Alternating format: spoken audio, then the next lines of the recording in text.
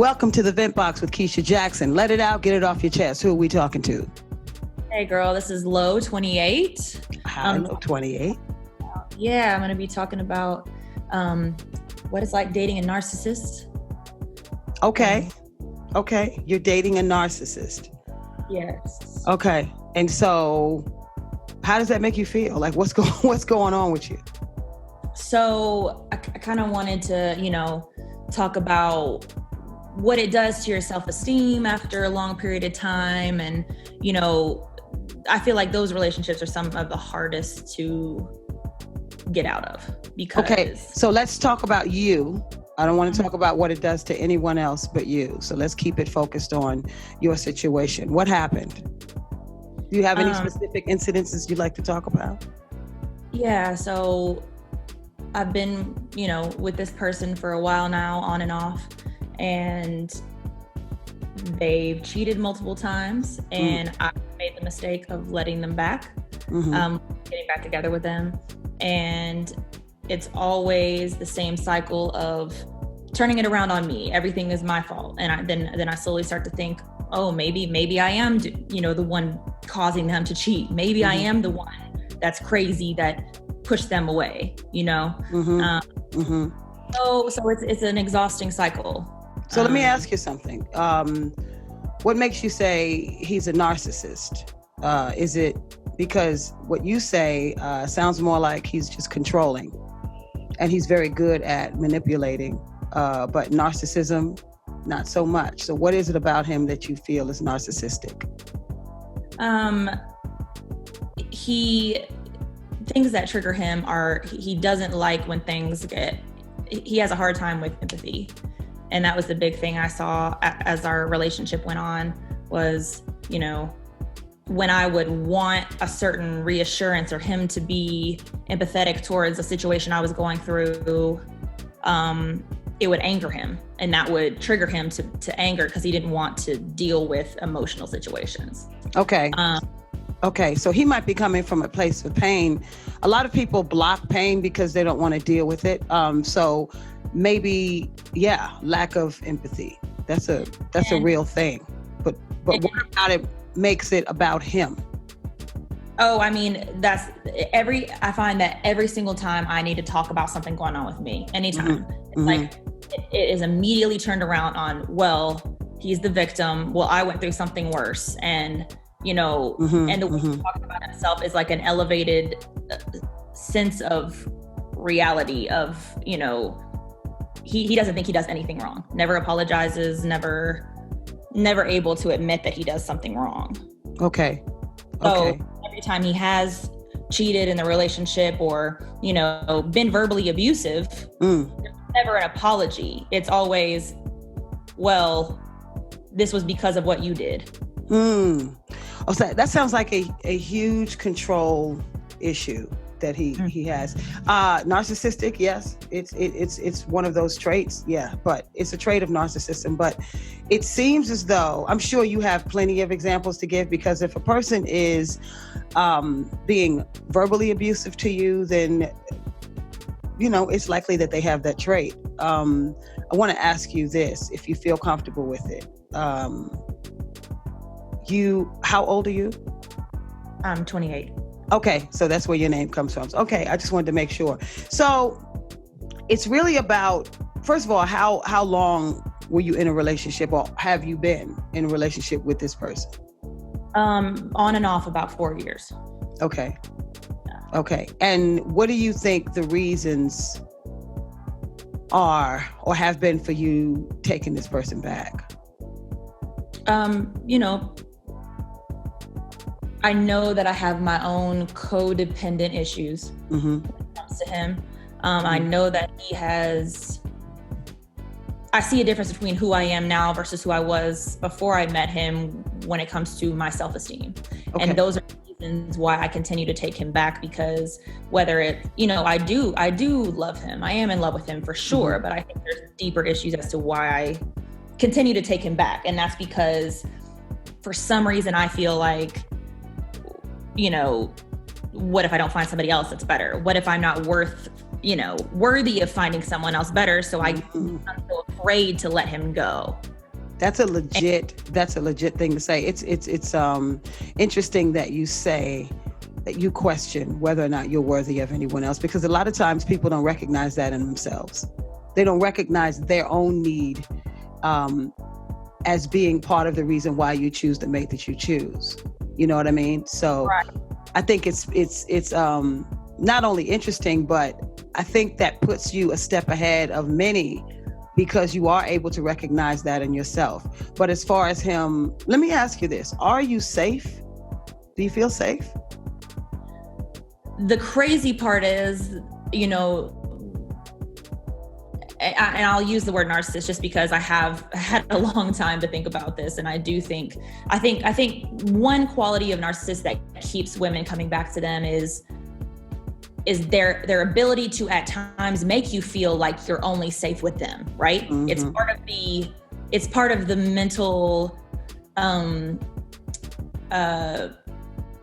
gaslighting almost. They're like, hey, guess what? You can't find someone better than me. No one will protect you the way I do. And that's a part of that control in that relationship. So yes, in ways I've felt only safe, like I'm the safest I've ever been in that relationship. And in turn, that's made me so dependent on him. So he has successfully say that once again.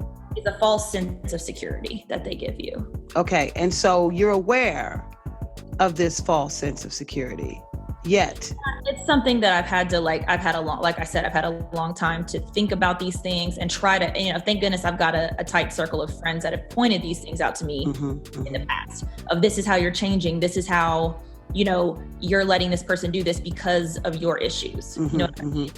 I think it's important. I know we're talking about me, but I think it's important with every woman that is in a relationship like that to have people in their lives that are going to be real with them and keep them accountable for what they don't see. Because when you're in a relationship like that, you do not see those things because you're so blinded by love and you're so blinded by, the dependency you have on this person. You don't see that.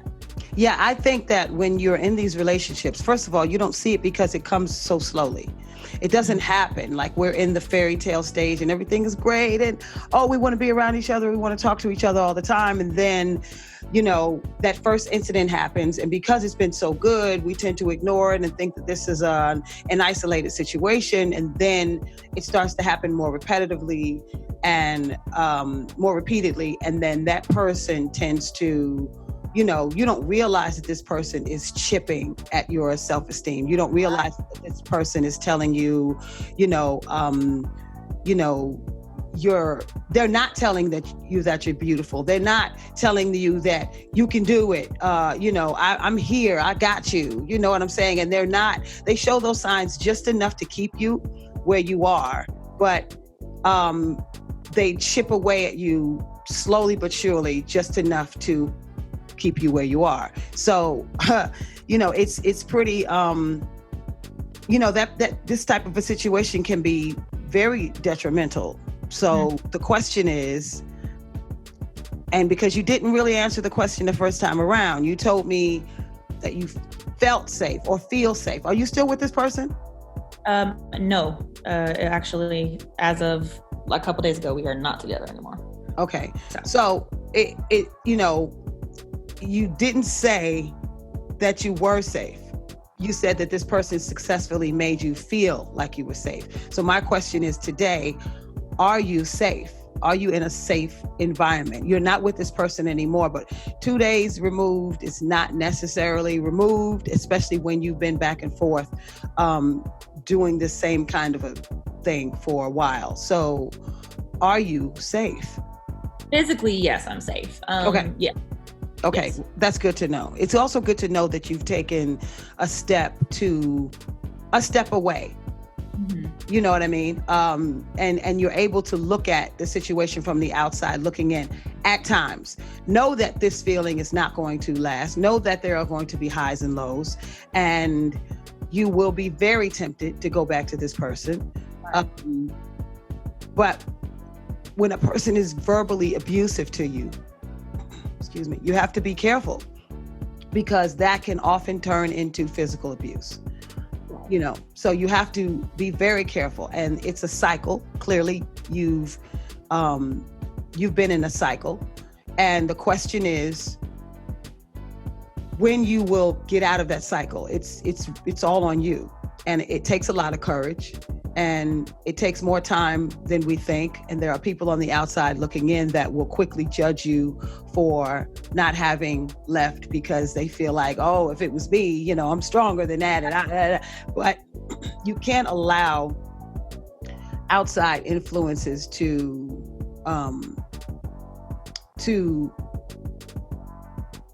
beat you down. Right. If you ever say that. So it can't take. You can't allow outside sources to wear on you in that way. Because obviously you've already dealt with that. So it may be a tendency for you to allow outsiders to judge you and to determine who you are as a person. So you have to be mindful that you're always making the decision that's best for you, not best for everyone else, so you don't look bad or so you don't look crazy. You have to make the best decisions for you. And so in each moment, always ask yourself, is this the best situation for me? Not, does this make me feel great? Right. Because a person that's able to come in and out of your life, it's a revolving door. So if you allow there to be a revolving door for this person to come in and out of your life, there are undoubtedly going to be moments where you feel like, this is great. This is great for me. It's great as long as he's good to you. But the moment that he's not good to you, then that changes, and then here you are again. So you have to always evaluate yourself in the moment, like constantly check yourself, constantly reaffirm yourself. You know how beautiful you are. You know what you have to offer the world, and you have to allow yourself to remember your worth. And that's my goal right now, is to just be every day. I have to, because I am in this newly raw, weird place of, relationships been taking up so much of my thoughts and my energy. And so I have to redirect that to making sure I'm only surrounding myself with people that build me up, that love me, that I trust, and then also do the work on myself actively and throw myself into things that are productive for me, because that's the only way I'm going to be able to not go back to this. Absolutely. But let me say this to you real quick. Don't expect that to happen easily. That's not an easy move. And so it's okay if you miss him one day. One day you're strong, and then the next day you miss him, and then the next day, he calls and you block him, you ignore him, and the next day, you're looking for him on social media to try to see what is he doing and who is he talking to, and that's normal behavior. The important thing is that you stay the course. If this person is not depositing good into your life, then it's important that you stay the course. There's going to be highs and lows, and you have to be able to allow yourself that. Right.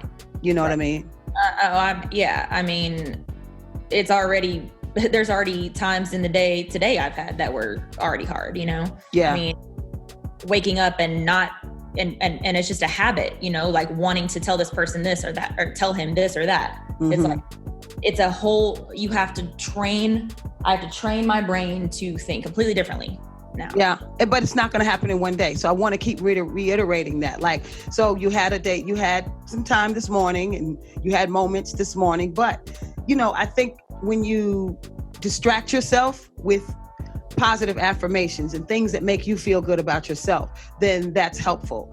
I'm not talking about distractions, just getting into a whole bunch of stuff and seeing a whole bunch of people and doing a whole bunch of stuff, because that's where codependencies just kind of, come from. That's where they're born out of. So, but I think it's important that you take time multiple times during the day to feed yourself. You know what I'm saying? So when you have a low moment, you can allow yourself to have that low moment. You have to feel, because when you come out of that feeling, you will also recognize that, like, I don't like that feeling. Right. So it'll motivate you to do something so that you don't have to continue feeling that way. Exactly. You know, so I listen, I think it's very brave of you to call and talk about this. I think it's important that other people know that they don't have to be in these kinds of situations. There are people, you know, this is COVID-19, honey. This is the era of COVID-19 and abuse, domestic abuse. And I don't, you know, you don't live with this person. I gather that from, you know, you saying you wake up. But did you live with this person? I did at one time, yes. You did at one time, but you didn't like this last time, like before you broke up 2 days ago. Were you living together? No, we weren't. Okay. So, you know, but domestic abuse is very elevated at this time because it's not being reported. And so women don't really have an escape the way they normally would because, you know, you can't really, I mean, now people are kind of getting out a little bit more, which is nuts. That's a whole nother thing. But you just don't, women don't have outlets, you know, as much as they have been, because you can't just kind of like freely just, you know, go out there. You can't, you know, people are not freely welcoming you into their home, sheltering, because everybody's afraid of contracting, you know, coronavirus and stuff like that. So it's really important that your headspace stays positive. That's more important than anything, because we can talk ourselves in and out of anything we want. Right. And, you know, along with you saying it's harder for women to get out of domestic abuse situations, I think it's also harder for women that are codependent right now with the uncertainty of the world and the uncertainty with finances and like you said, feeling so much more isolated. I feel like it makes it that much harder to leave a codependent relationship. Yeah, because you want to cling. You want to know that. Say that again. You want to what's comfortable exactly. And what's familiar, regardless of if it's toxic or not. You don't, you know, I've been in that place. I didn't care if he was toxic to my life. I missed the few and far between moments he made me feel good because it was the one person I wanted that from. And I didn't care what I had to do, self-sacrificing to be back with him. And that's a different place to be in. You revert back to the great times. There might have been two. Right. There might have been two in 4 years, but those are the memories that you're constantly trying to get back to. It's kind of like a person who has, I mean, codependency, addiction, it's all, you know, it's all very much connected. So it's kind of like a person who is a gambler, who's addicted to gambling. They won that big win. They had that big win, and they're constantly spending, pouring into these games to get that feeling back again. You know, people in the music industry, you know, they had that big hit and they're constantly, when they fall off, they're constantly chasing, like, I still got it. I know I can still do it. And so you're constantly chasing that high. And yes, during times like these, you're looking for a safe place. It feels like, well, if I could, I'm only with them so I can, you know, so I can split the bills in half and I get help on the bills and I won't have to be so stressed out about the bills. Or I'm only with them because, you know, I know he's got my back. I mean, he don't love me, but he ain't gonna let nothing happen to me. And so we end up finding these reasons to justify staying in toxic relationships. Exactly. You know, listen, Low 28, I really appreciate you calling. It's so important for other people to hear this. I think it's important for you to be able to shed, because it makes you a little bit more self-aware when you hear yourself actually saying certain things. And please stay safe. Yeah, I will for sure. Please stay safe. And please don't hesitate to call on or off of the vent box. Like, you know, I'm gonna give you my number so that we can stay in contact. And you know, if you just need to have a chat, then we can do that as well. I really do appreciate you calling and putting yourself out there. Yes, well, thanks for letting me vent. Yeah. I need that today. Yeah, good.